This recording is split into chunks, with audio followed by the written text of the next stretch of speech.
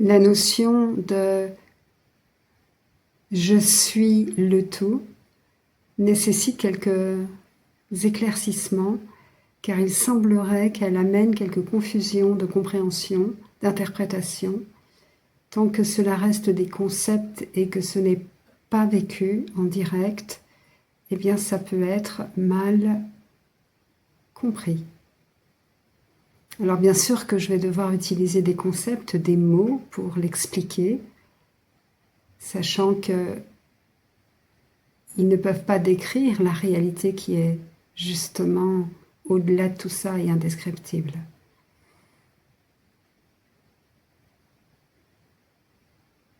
Je vais utiliser la métaphore de l'océan.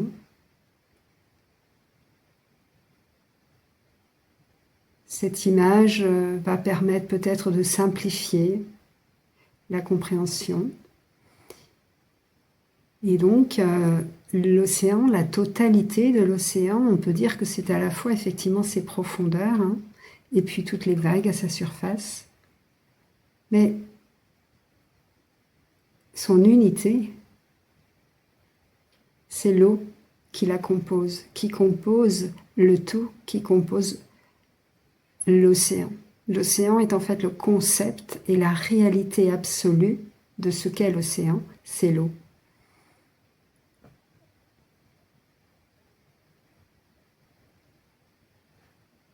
Et donc, cette réalité absolue,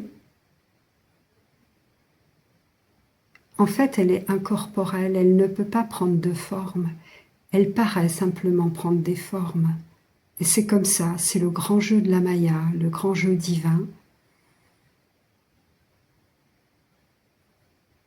Disons que dans l'Advaita Vedanta, ils disent que la nature spontanée d'Ishvara, la conscience individuelle, c'est de créer cette grande œuvre cosmique, imaginaire. Ça ne peut pas être autrement. Et puis que le but de tout ça, c'est que la conscience individuelle revienne au Père, à la conscience universelle. Et là, ici, rien ne s'est passé, rien ne se passe. C'est ce qu'on appelle aussi dans l'Advaita la libération, moksha, c'est-à-dire la disparition, la dissolution de la conscience individuelle dans la conscience universelle. Alors, dans ce processus qui est ce grand jeu divin, eh bien, la conscience individuelle va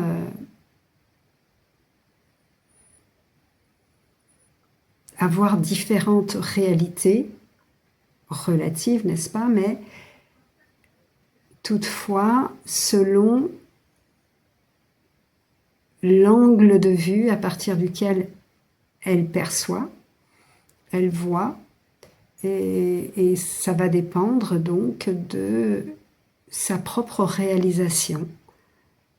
Alors, lorsqu'elle est complètement encapsulée dans le corps, elle se prend donc pour un corps, hein, pour une personne avec l'entité psychologique, et donc sa réalité est plutôt souffrante puisqu'elle est en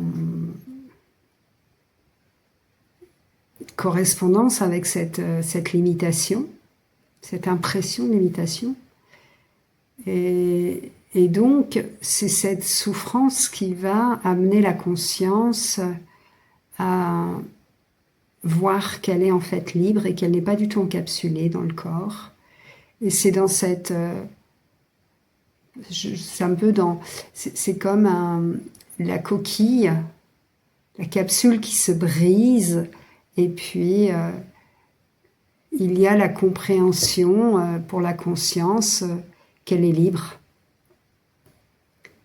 Et elle réalise quelle est la conscience universelle, quelle est conscience pure, même si elle se vit encore en tant que conscience individuelle parce qu'il y a encore toutes ces vasanas d'individualité dans son subconscient. Ça fait partie du jeu, ça fait partie du processus, tout ça. Et donc, à un moment,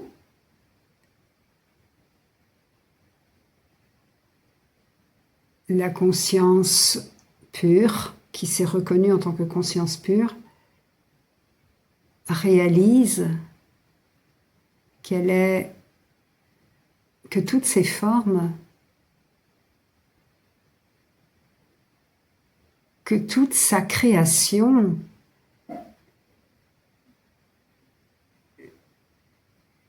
est elle.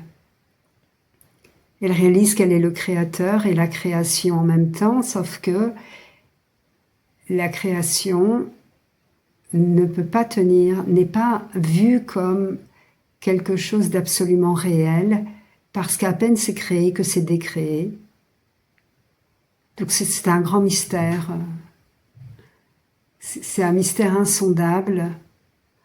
On ne peut pas attribuer en fait de qualité à cette création, parce qu'elle est à la fois réelle de par tout ce qui la sous-tend, et à la fois irréelle puisqu'elle n'est pas. Donc, il est vain de tenter de résoudre ou de définir toutes ces apparitions. On ne peut qu'en dire qu'elles sont des apparitions qui paraissent réelles, mais qui sont irréelles. Et là, il s'agit de la gnose englobante. Et puis, à un moment, le regard se tourne de la conscience vers sa propre source, non plus vers la création imaginaire, mais vers ce qu'elle se sait être en tant qu'essence absolue, donc Brahman. Et donc c'est la conscience individuelle qui se tourne vers la conscience universelle. On peut dire le Fils de Dieu vers Dieu, ou Ishvara vers le Brahman. Et c'est donc la contemplation du soi. Le soi contemple le soi. Et le soi ne voit plus que le soi ne voit plus les formes. Et l'unité est là. Il n'y a plus que l'eau. L'océan ne voit plus que l'eau. Il ne se connaît en tant que eau. Alors, les formes apparentes continuent à apparaître, bien sûr, dans le regard de chair, qui sont le regard de chair des sensations, des formes sensations qui sont donc des apparences. Mais le soi, le regard du soi, lui, ne voit que lui-même, parce qu'il est tourné vers sa propre source. Et dans cette contemplation, c'est une adoration du Fils de Dieu pour Dieu. Dans cette contemplation, tout est accompli. Il n'y a pas besoin d'autre chose. Même s'il y a cette aspiration, parce que c'est le but du processus de la fusion, ou plus exactement de la dissolution de l'esprit individuel dans l'esprit universel, il y a cette aspiration tant l'amour est fort, mais ce n'est pas un désir, ce n'est pas une tension.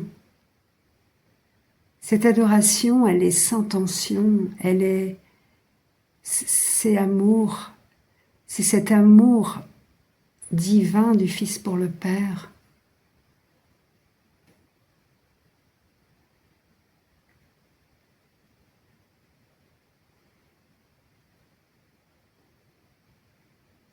Et ici, c'est perfection absolue. Alors, la conscience individuelle perd le goût des jeux, de la création, de jouer, parce qu'avant, ça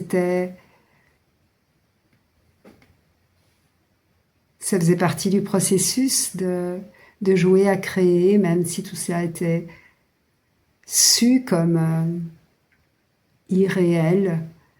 La conscience individuelle jouait.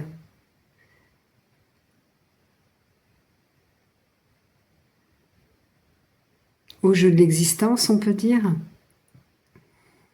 Au moment de la contemplation, il n'y a plus ce jeu-là, c'est autre chose. C'est un retour à l'unité, à l'essence de l'unité.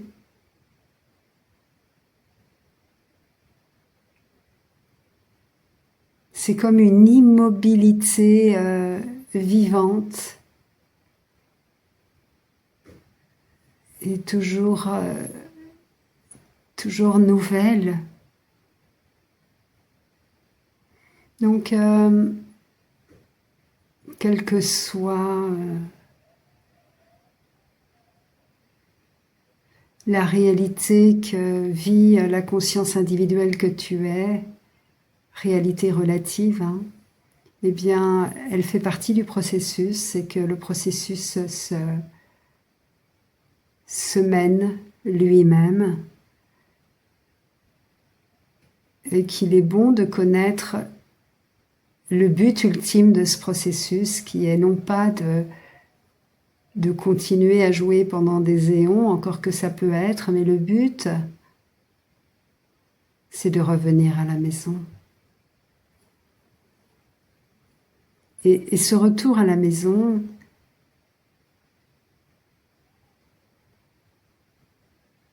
c'est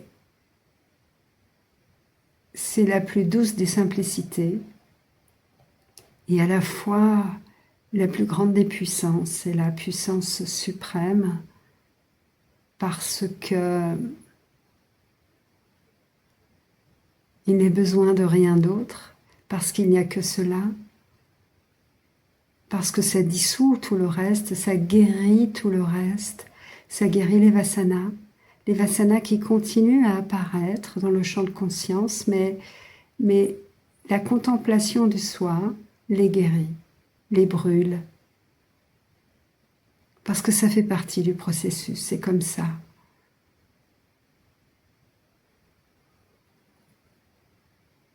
Et que les vasanas n'empêchent pas cette contemplation du soi, même si elle peut venir, si les vasanas sont fortes, elles peuvent venir la troubler tant que il n'y a pas une... Ça dépend de la profondeur de la contemplation et elle peut ne pas être stable. Voilà, les vasanas peuvent encore à nouveau attirer l'attention et puis voilà, tout ce jeu de l'individualité peut faire apparaître encore des sensations fortes, etc. Mais la contemplation ayant atteint un certain niveau de stabilité, ça ne vient pas troubler très longtemps. Jusqu'à ce que le divin fasse le dernier pas, jusqu'à ce que les vasanas soient totalement brûlés. Et voilà, que le processus s'accomplisse en son ultime. Donc, peut-être ça vous donnera et ça vous aidera à donner un sens à cette existence apparente et que toutes ces apparitions apparaissent devant votre regard, que vous en soyez conscient ou non, c'est ce que vous êtes.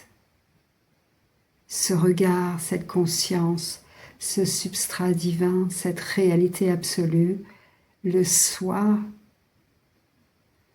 Et l'Advaita Vedanta utilise 3 mots finalement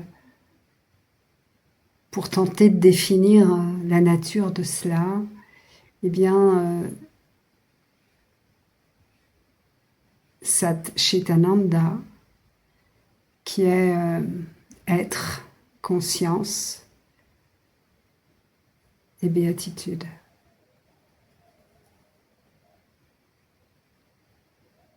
Félicité.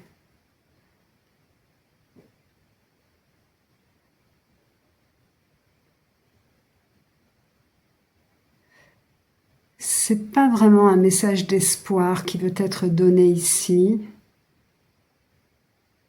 mais une compréhension peut-être plus claire sur laquelle votre foi peut s'appuyer, selon ce que vous traversez.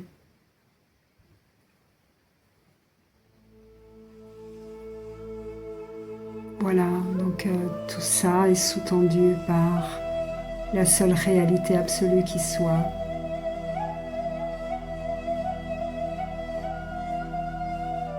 Et qui est l'amour du Père qui rappelle son Fils à la maison.